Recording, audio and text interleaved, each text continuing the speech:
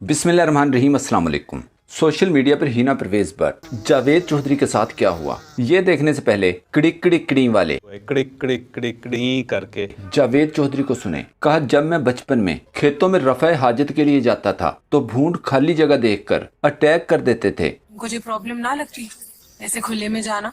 ले जे तो जरूरी है, दिन में आ जाए तो पेट पकड़ के बैठे रहो। कई दफा तो मुझे काम अधूरा छोड़कर भागना पड़ा। यानी कोई जगह जहाँ पे थोड़ी सी खाली मिलेगी ना, भूंड वहाँ पे अटैक करेगा। गांव में हम वॉशरूम के लिए जाते होते थे, वॉशरूम तो था नहीं होता, खेतों के अंदर जाते थे तो वहाँ पे काले भूंड हमारा इंतजार करते होते थे। और वो जो भी करके आते थे ना, बाज़ औक़ात तो ये होता था कि बंदे को अपना काम अधूरा छोड़ के धोती हाथ में पकड़े दौड़ लगानी पड़ती थी। ये बात आज पहली दफा पता चली कि भूंड जंगल करते वक्त खाली जगह देखकर हमला करता है। मतलब जंगल की खूबसूरती बचाने के लिए जावेद चौधरी जैसों को गंद नहीं करने देता। याद रहे, शहबाज शरीफ ने इमरान खान को थोड़ा बहुत इंसाफ मिलते देखकर कहा था, जजेस में कुछ काली भेड़ें हैं। याद रहे, काली भेड़ें सियासी करप्ट और डिग्गी में बैठने वाले सियासतदानों को कहा जाता है। ऐसे सियासतदान जो अपने हक में फैसले लेने के लिए अपने जैसे जजेस को फोन करने के बाद कहते हैं, चौधरी सरवर का ख्याल रखना, और फिर आगे से जवाब मिलता है, हुक्म जनाब, मियाँ साहब ने कह दिता तो गल ही खत्म।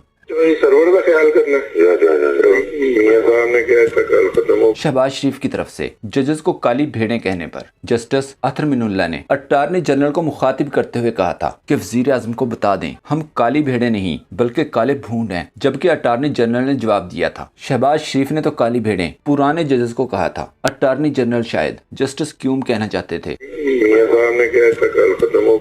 हिना परवेज भट्ट की बूंगी और जावेद चौधरी पर होने वाले दिलचस्प मज़ाहिया तबसरों से पहले जान लें कि डंक मारने वाले कीड़ों की वैसे तो सैकड़ों किस्में हैं, लेकिन इनमें से चंद एक हम अपने इर्द गिर्द अक्सर देखते हैं। जैसे पहले नंबर पर शहद की मक्खियाँ, जो अवाम की मानद होती हैं, जो पूरे बाग का रस चूस चूस कर महीनों मेहनत करने के बाद शहद को छत्ते में जमा कर लेती हैं, और अगर किसी को काट लें तो इन्हें सजाए मौत मिल जाती है। मतलब डंक के साथ इनके जिस्म के अंदर के दूसरे हिस्से भी डैमेज हो जाते हैं और फिर ये जिंदा नहीं रह पाती। दूसरी भीड़ या डेमो जो दूसरे छोटे छोटे मासूम हशरात का शिकार करते हैं, अक्सर वीरान घरों में ज्यादा पाए जाते हैं। खतरनाक किस्म ये है जो आप स्क्रीन पर देख रहे हैं। ये अकेला एक कीड़ा बड़े बड़े कीड़ों का शिकार मिनटों में कर लेता है। अपनी खुराक के जखीरे के लिए सिर्फ 1 घंटे के अंदर अंदर हजारों शहद की मक्खियों को शहीद करने के बाद पूरे के पूरे छत्ते पर कब्जा कर लेता है। अब आ जाएं जावेद चौधरी वाले कीड़े पर, जिसे काला भूंड या काबली भूंड भी कहा जाता है, जो डंक तो कम मारता है लेकिन डराता बहुत ज्यादा है। इसी भूंड की इंसानों और अपने शिकार के इर्द गिर्द चक्कर काटने जैसी हरकतों को देखकर हम एक खास लफ्ज भूंडी अक्सर इस्तेमाल करते हैं। वैसे बाज़ औक़ात सच्चे आशिक को भी भूंड समझ लिया जाता है। इस काले भूंड की दहशत से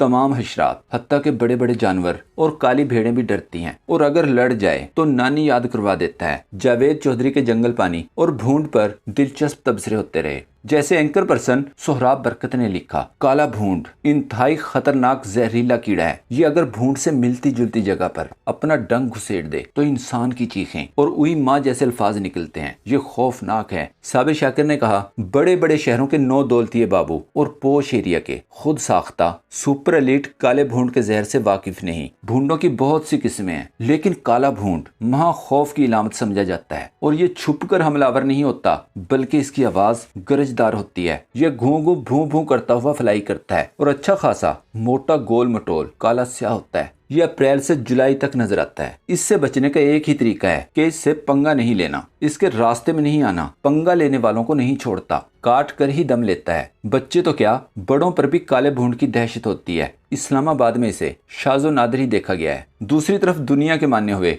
एंकर मेहदी हसन ने अपनी वेबसाइट पर इमरान खान का इंटरव्यू पब्लिश किया था। वेबसाइट पर लिखा था, पेड है, यानी आप पैसे देकर पढ़ सकते हैं। इंटरव्यू की डिमांड इतनी थी कि लोग इसे पैसे देकर पढ़ते रहे। इस पर चाइना के दौरे के दौरान कागज पर सांप बनाने वाली हिना परवेज भट्ट ने ट्वीट किया कि पता चल गया, इमरान खान ने ये इंटरव्यू पैसे देकर छुपाया है। इस पर बैनुल अक़वामी सहाफ़ी मेहदी हसन ने जरदारी ग्रुप की फार्म 47 की तमगाज़दा शम्मा जुनेजो और फिर परवेज भट्ट को जवाब दिया। लिखा, तसव्वुर करें कितने जाहिल और साजिशी मुंतखब हुए। ये देखकर अफसोस होता है कि ऐसे साजिशी नजरियात मुंतखब ओहदेदारों के जरिए फैलाए जा रहे हैं। वैसे मेहदी हसन को क्या पता था कि इन्हें पाकिस्तान में काली भेड़ें कहा जाता है। एक प्रोग्राम में आमर मतीन से सवाल किया गया, आपकी फेवरेट खातून हिना परवेज भट्ट साहबा इमरान खान के इंटरव्यू के मुतल्लिक कह रही हैं, पैसे लो इंटरव्यू दो, इस पर आमिर मतीन ने जवाब दिया, गलती इंसान से हो जाती है, हार्वर्ड और लम्स वालों से भी हो जाती है। हिना परवेज भट्ट साहबा का कसूर नहीं, इनके मुखालिफ गिरोह ने साजिश से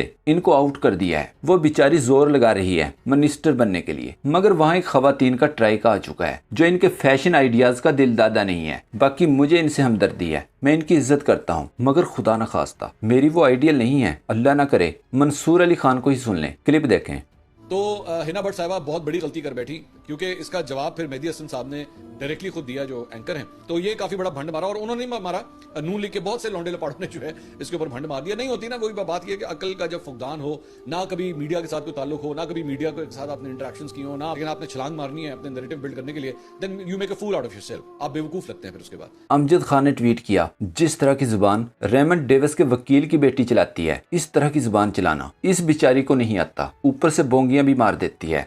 मेहदी हसन के हाथों शमा जनेजो की इज्जत अफजाई होने पर शहबाज गिल ने अपने एक ट्वीट में लिखा, इस बीबी को ताज़ा ताज़ा तमगा दिया गया है। ये वैसे सारे ही नालायक हैं। इस बीबी का नाम घर वालों ने शमा रखा था, लगता है मोहतरमा ने शुरली बनने का फैसला कर रखा है। हद है नालायकी की। सज्जाद चीमा ने ट्वीट किया, हिना परवेज भट्ट के बाद एक और मकड़ी डेढ़ सियानी बनने लगी थी। डॉक्टर वकास नवाज ने कहा, आवाज से नाबलद ऐसे जाहिल लोग होते हैं जो पहली दफा बैरून मुल्क जाते हैं तो एयरपोर्ट पर जब दरवाजे पर रेस्ट रूम लिखा देखते हैं तो बैग से तकिया कंबल निकाल लेते हैं कि यहाँ रेस्ट करेंगे। वो तो वहाँ उठने वाली बदबू से इन्हें पता चलता है, जिन्होंने सारी उम्र पैसे पे कर करके ही इंटरव्यू और इश्तहार छुपाए हों। इनको लगता है कि सभी ऐसा करते हैं। अपनी इस जहालत में ये अपने साथ साथ अपनी डिग्रियों, प्रोफेशंस, मेडिकल कॉलेजों और लम्स जैसी यूनिवर्सिटियों की भी तजलील करवाते हैं। साइमन आज़ ने लिखा, असल मसला ये है कि नून लीगी पैसे भी दें तो कोई इनका इंटरव्यू न ले। इमरान खान साहब को किसी मशहूरी की जरूरत नहीं। मेहदी हसन का फायदा जरूर हुआ। अकरम राय ने कहा, मेहदी हसन के जवाब से